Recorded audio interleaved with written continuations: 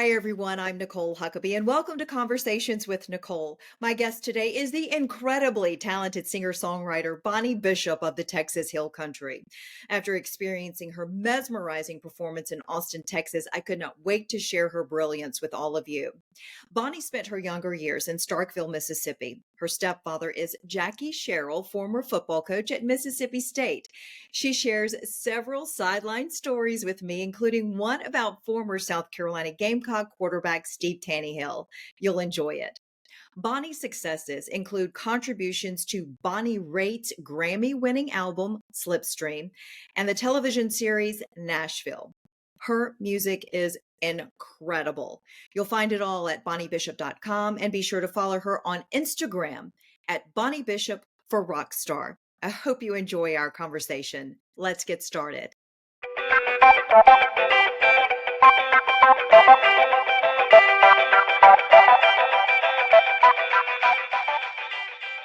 Hi, everyone. Welcome to Conversations with Nicole. I am delighted to have as my guest today Bonnie Bishop, all the way from the Texas Hill Country. Bonnie, it's good to see you. Thank you, Nicole. It's good to see you too. Absolutely. We met when I was in Austin, Texas, attending an event, and you were just mesmerizing with your music. I absolutely fell in love with watching you sing and play the guitar. And I was like, have to get her on my show. So I tracked you down before you even left the stage, and you said, yes, I'll do it. So thank you for being here. You're welcome. Thank you for asking me. Well, Happy to my be. audience is going to love hearing about you today. So tell us a little bit about yourself. You have famous stepfather. You spent some time in Nashville, but you went back to your roots near Austin, Texas. Tell us more. Well, I grew up between Texas and Mississippi. My mom married a very famous or infamous, depending who you are, football coach by the name of Jackie Sherrill, who I know some of your fans are going to know. Yes. And, he and my mom met after he left A&M, and then he was out of the game for 2 years, and then he was hired at Mississippi State. So we started our new family in 1991 at the same time he was starting the comeback of his career and of the Mississippi State Bulldogs. So I spent my most formative years in Starkville, Mississippi, and then I came back to Texas, went to college here in Austin, and kind of got my start on the Texas music scene. Learned to book myself, learned to promote myself, was an indie artist, and spent 8 years kind of slugging it out 150 dates a year on the road around Texas. And then I moved to Nashville, signed a writing deal in 2008. I grew a lot in Nashville. I won't say I had a great time, but living in an industry town, it's like the same thing for actors living in LA, or maybe people working on the stock market living in New York. You are immersed in your industry. So after about 9 years, I decided I wanted to come back to Texas. And so I've been in the Hill Country since the pandemic. So I came out to this little town. There's like less than 3,000 people here. And that's how I like to live my life when I'm not on the road. So Well, I love your story. So much more to get into. But for all of those football fans, since your dad was a coach for Mississippi State, and for our USC fans, that would be the University of South Carolina, because anyone can see this. I don't want them to get confused with out in California, yeah, there is USC. yeah. But you have a great Steve Taneyhill story, you say. And when I met you that night, you said, when I come home on your show, I'll tell you this story. So I'm holding you to Okay. it, to tell the story. Let me tell you. Okay, first of all, just a little backstory. Okay. When my mom and Jackie got married, we really didn't get along. Like, I did not want a stepdad. And so it took some time for us to get to know each other. And the way we got to be close was he invited me to come work for him on the sidelines when I was 13. Oh, So there were no girls on the sidelines of SEC football in 1992. And Jackie, if you'll remember, before everything went wireless, the coaches were wearing, headsets on the field, but they had a 50-yard electrical cord that tethered them to the center yeah. of the field, right? So everybody had a cord carrier, and he basically asked me to be his. Well, he didn't ask me. He told me to show up on the sidelines, and I had no idea what I was going to be doing. But I was carrying Jackie's cord from about the age 13 until 18. Okay. So the Mississippi State Bulldogs were always the underdogs in those days, right? And so my dad kind of rallied his players like, all kinds of ways, as some of you will remember. But one of the ways was, go out there and fight like hell, like do what you got to do, poke them in the eye, like do whatever you got to do. So when the Gamecocks came to Mississippi State, I think this was probably my first or second year on the sidelines. I can't remember which, but the big thing at that time was that Steve Taneyhill had all that long flowing hair. Right. And he wasn't tucking it up in his helmet, which if you had long hair, you were supposed to tuck it up in your helmet, right? You weren't allowed to have your shirt untucked and all that stuff. So the SEC was kind of strict. Well, he had his hair hanging out of the back of his helmet. And so our players, that was their whole goal for that game, was to get a chunk of Steve Hill's hair. And so I'll never forget, we won we lost to USC a lot. There was always a really good team, but this year we won. But my main thing I remember is one of our linemen, or one of our defensive linemen, running off the field with this chunk of hair clutched between his fists, and everybody was like, like, we got it. It was crazy. It was like they had just scalped him. Poor Steve. I don't know if he started, braiding his hair or putting it up in a little knot and tucking it up in his helmet, but yeah, that was like a huge deal. And my dad's players were pretty clean cut. You didn't get to have earrings and long hair on his. So yeah, that is my that's my I'll never forget that about Steve Taneyhill. Anytime his name comes up, I see one of our players You see the wad of hair in your guys. like the hair. Yeah. Okay, well, I'm so glad to know the story now because I've been in limbo wondering all along. Great stories. I'm sure you wasn't more scandalous. I think that's fair. That's today. All good, all good. But obviously your stepfather played a role in your life. Eventually Huge. You came to love him, and you were actually in the midst of telling your life story, which part of that I'm sure will be a major part of it.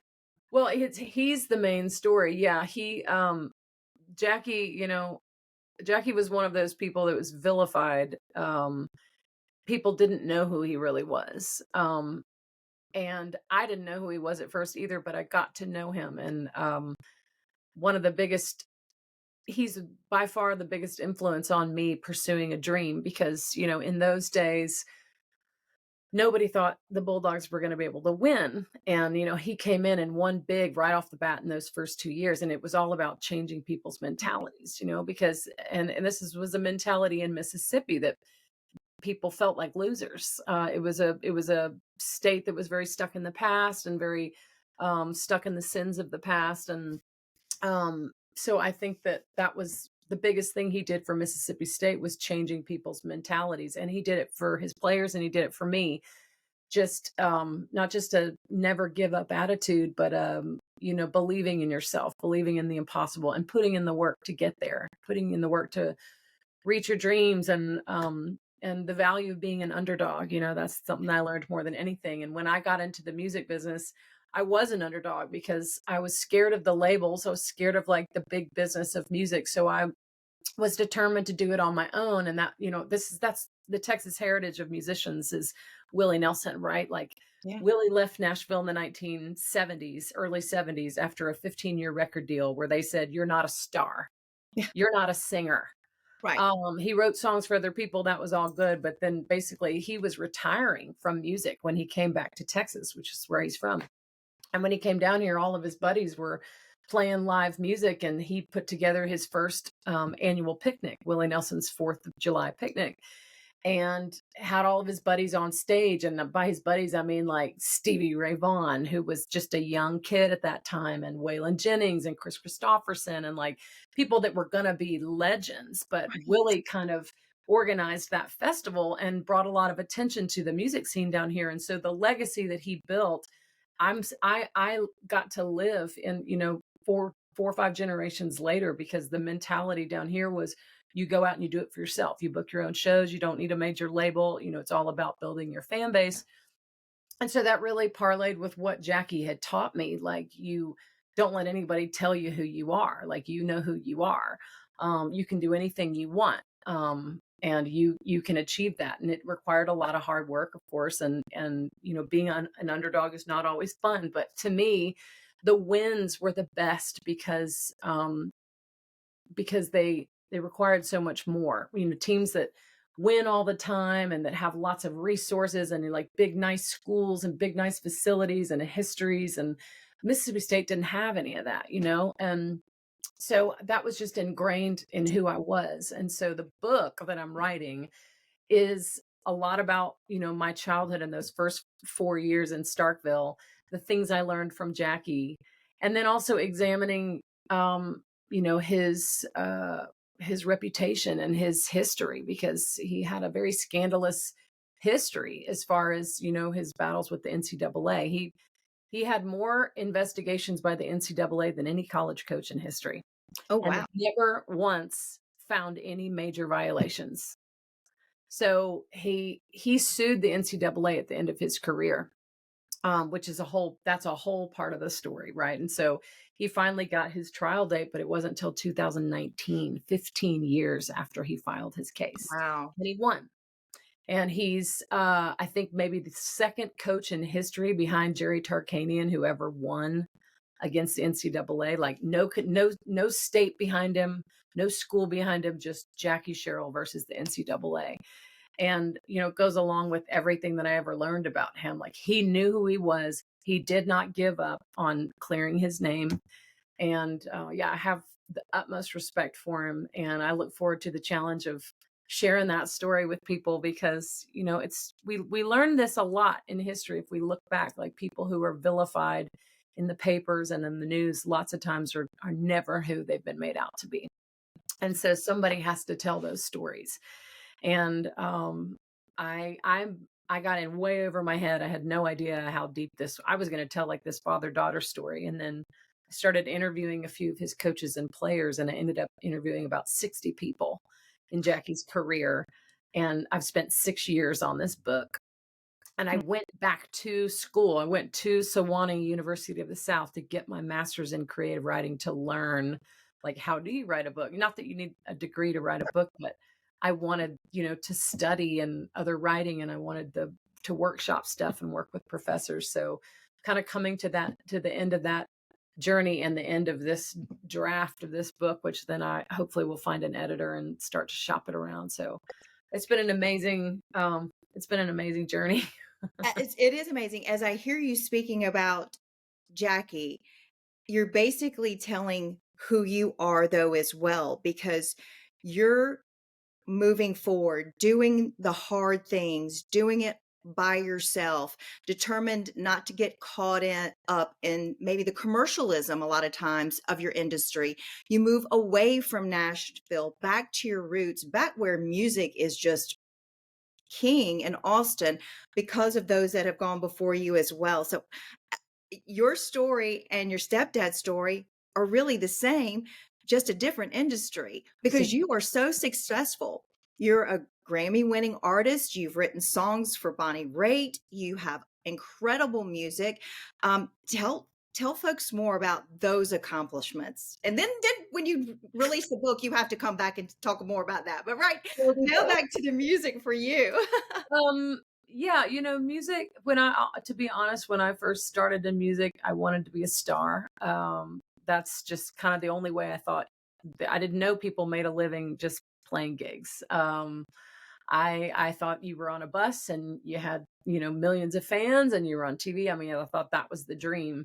And, I spent the first 8 years of my career slogging it out down here in Texas, and kind of being taught by, the older generations about like, what music can do, what it can be, and what it can be for you, and what it can be for other people. And I think my dream started to change. I didn't want to reach that level of success. Like, initially, I wanted to be a star, but I also wanted to do it my way. I wanted to do it as an underdog, and it was like those kinds of things those values didn't really line up. And so I chose to just make music and make a living at it. And when I moved to Nashville uh, to write, that was part of the journey, I think, that really made me a great writer. I wrote with a lot of wonderful people, and because of some of those connections, Bonnie Raitt got a hold of a couple of my songs, and we became friends. And I've gotten to know her over the years, and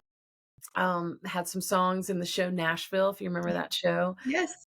And all the while I'm, was putting out independent records, and kind of the biggest record I ever made as far as like the industry went was in 2016. I was 35, and I was really like, well, I'm never going to sign a record deal now. And then I got a record deal, which Never was say never. never say never. Never. In Nashville, you're kind of like, as a woman, they would see you as like you've passed your time after the age of 27, right? It's like you're too old now. And so it's like, well, I got to Nashville when I was 29. So, Right. anyway, so I put out a record in 2016 that was on a label, and a lot of people heard that record, and that kind of bumped things up for me. But then I was pretty much 6 months later, I was like right back to where I started. I was like, well, okay, well, that happened, and now, Now now. what? Yeah. So, I moved back to Texas. I made another record that I loved, and then the pandemic happened, and I think all artists at that moment, and other people, other industries, were like, well, I can't do what I love at all now, right? So what am I going to do now? And I spent that time going back to school, and then I worked as a private chef. So I worked for a family in this area. I've always loved to cook, and I'd never made a living at it. I kind of part-time worked for a caterer on and off to make ends meet, but I worked as a private chef, and that was a really beautiful time because there were no gigs to be had. There was nothing to chase. And for me, that was really good, because I think I was driven to the point of feeling like if I don't reach these goals, I can't like myself. If I don't reach some level of success, like, I'm not successful. And so that time like forced me to step back, and I realized I had neglected a lot of other areas of my life that were important to me mentally, like mental health. Sure. And so then of course music came back around. We started, the world opened up and venues started coming back around. And for me personally, I got back into the music business because somebody that I greatly respected, an artist named Foy Vance from Ireland, reached out and said he wanted to write some songs with me and produce a record for me. We had written one song years earlier, and he said, I can't get that song out of my head. He goes, I really think that nobody has known how to record your voice, and I want to make this record with you. So in the process of writing and making that record, we fell in love. And so we've been in this like long distance relationship, going back and forth across continents, because he lives in Scotland. He's from Ireland, but he lives in Scotland. But now we've made this new record. And so we're getting ready to release that into the world in the fall. And so this has been a really beautiful time. I hate for this chapter to end, because I've loved waking up in my little house, in my little world in Blanco, and writing all day and cooking and writing songs. And, now we'll have to go out on the road and promote all that stuff, right? I Yeah. have to release it. I'm going to have to hear what everybody thinks about it, right? I'm going to have to hear It's what going to people, be great. Don't I listen mean, to those that don't like it. well, I It's think gonna be great. writing my dad's book has really helped me get to a place where I'm like, yeah, I don't care what anybody thinks. I 'Cause know you I'll survive. I know I can find ways to make a living no matter what happens. So I really enjoy what I do. I'm loving this phase of my life. So yeah, I'm just looking forward to everything, and feel really proud of my dad, and getting to tell his story is a great honor. I think a few people have tried, but he is very hard to get to know. And he's hard to talk about because he's kind of like a walking dichotomy. He's like all these different things in one. And and he's also not great with words. So getting stories from him wasn't the only way. That's why I went out and did all those interviews or whatnot. So but yeah, It's a lot to interview people it's and a lot. all that Yeah, content. Yeah, Yeah. know. So So talk about your songwriting, what inspires you, what fills your soul with joy, as you're in that creative process. well, it's changed over the years. I think in the beginning, I didn't set out to write songs. A song just descended on me one day when I was a senior in college, living in this musical environment. Songs are in the ether all the time. Um, and so it's whoever grabs the paper and pen first and wrangles it down that gets the song. But the first time that happened to me, it was so exciting to have a connection with something other than, something otherworldly, is whether it's God or it's an arm of God, like this muse in the sky who, you know, taps people on the head with a special wand. I don't know. But it was so deeply spiritual even back then. Um, which I think my writing early on was more about relationships. And then something shifted in 2012. And I started writing more from a place of wanting to uplift people. Um, because music that actually Foy was a big part of this. He didn't even know me at that time, but like his music was so uplifting to me and so raw the way that he sang it that I was like, I want to make people feel like that. Like I want to soothe people in their darkest moments, and I want to make them get out of bed and dance when they feel depressed. Like I want to harness that power, that the gift that God has given me, and use that power to do good in the world. And so I think music is still that for me. It's more of a challenge when you approach it that way, right? But it's like, but you also don't want to force everything. Like sometimes you're just the conduit of the song. Sometimes it's a song that just needs to be born for somebody else. It needs to be a song that you get to deliver. There's a great honor and privilege, I think, in being touched with inspiration. It can be a burden too sometimes. I know Sure. some songwriters that never stop hearing songs, and it drives them absolutely crazy. Well, they can't shut it down because Can't it's shut it always down. there. Yeah. I think that's an argument for why is there so much addiction in our industry, because creative people are channels. And so you never know when the muse is going to inspire you, or everything you look at, it's like you're hearing things, you're seeing things, you're just open to you're You open receive it. You receive it. receive it, and so you hear more of it, you notice more of it. And some people go crazy with all that stuff coming in and out. And personally, I got sober about 1.5 years ago. That was the right for me at the time, and I think it'll be right for me for the rest of my life, just based on how happy and healthy I feel now. But yeah, I think that songwriting for a long time was a way for me to process my own pain, and now it's a way for me to help the world. Or that's my intention, my hope for it. I love that. When I listened to you on that stage that night, I mean, it was emotional. It really, It was an emotional night too, wasn't it? it was in so many ways, and we won't go into all that, but it was an emotional night. But your voice, the lyrics, the way you play the guitar, all of it just has this mesmerizing presence, and it's beautiful, and you truly are so talented. And I love that as a woman, and I mean, you're young, we're young, but still, society says, well, if you're not 25, Right. you're not important in certain industries. Trust me, I know. I was on Sure. television, and Sure. you know, shame on the world for thinking that way, because this is the time when you have so much more to bring to the table because of your experiences, all the things that you can share with your audience. I mean, your music is just, it's wonderful. And so you can't stop. You have to keep writing. You have No, to keep doing it. You have to keep writing and singing. I don't think I'll stop now. It's interesting that you say that, because it's not the world it's not shame on the world. It's shame on the industry, because the industry is what controls who the world sees. Rich.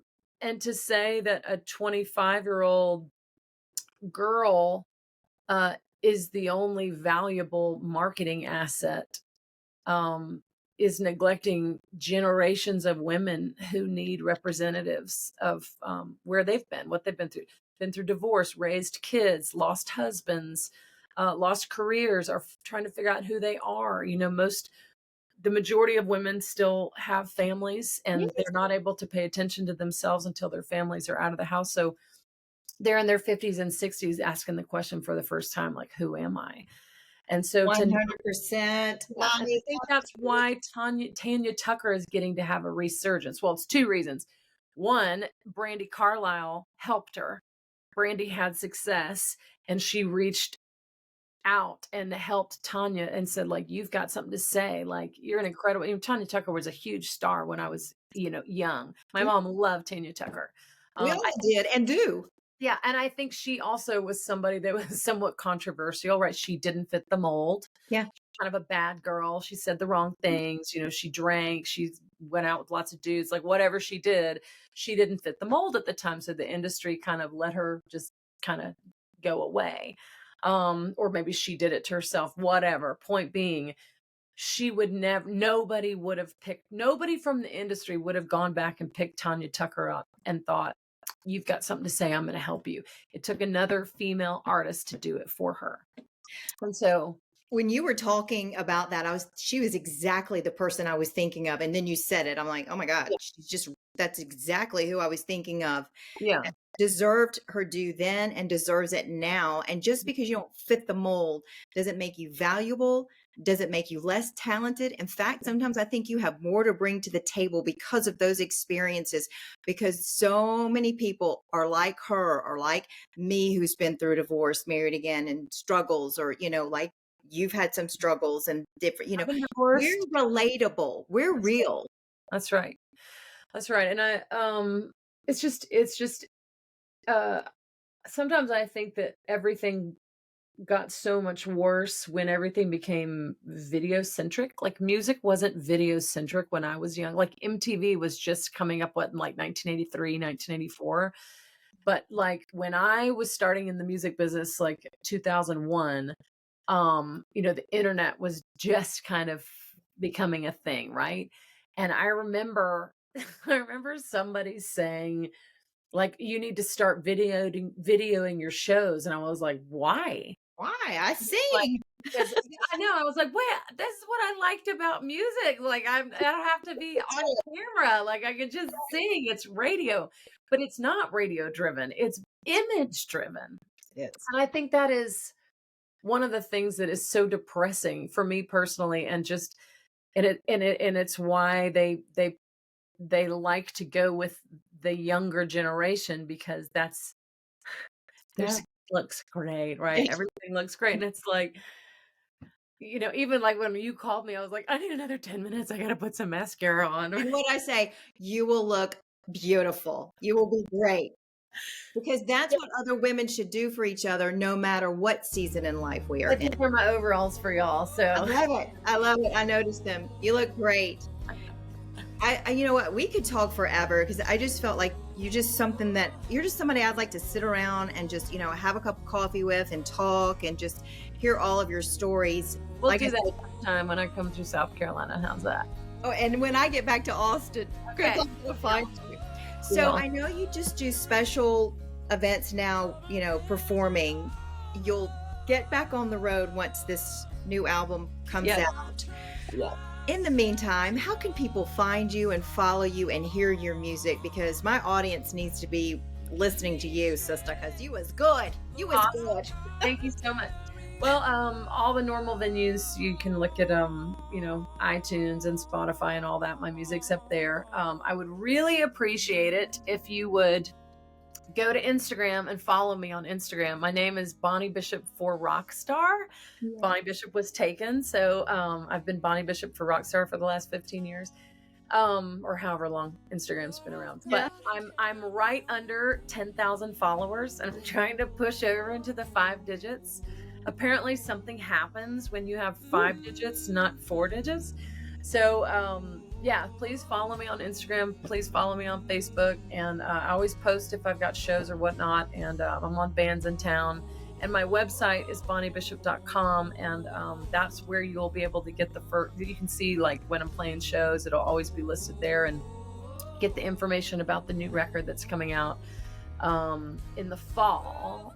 Not sure when, but we're talking about maybe doing a vinyl only release first. Oh, okay. So that you would only be able to get it at live shows. I don't know if that's what's going to happen, but it'll definitely be out to the public, within the next year. So, Well, and all my old records are on all those other avenues. Yeah. wonderful. Well, like I said before, you are just a jewel, a true treasure to watch in person and listen to you. And you're also really cool on the inside too. You are so soulful. I love that about you. I Thank love you. your story. Thank you for sharing it with me Thank today. you And so I much. am already following you on I Instagram. know you are, girl. So we need to get all of our numbers up so people can see all that you're doing All right. and following you. Thank you so much for your time Thank you today. so much. Yeah, it was great to talk to you today. Have a great one. You too. And that will do it for this edition of Conversations with Nicole. Until I see you again, I hope you have a great day.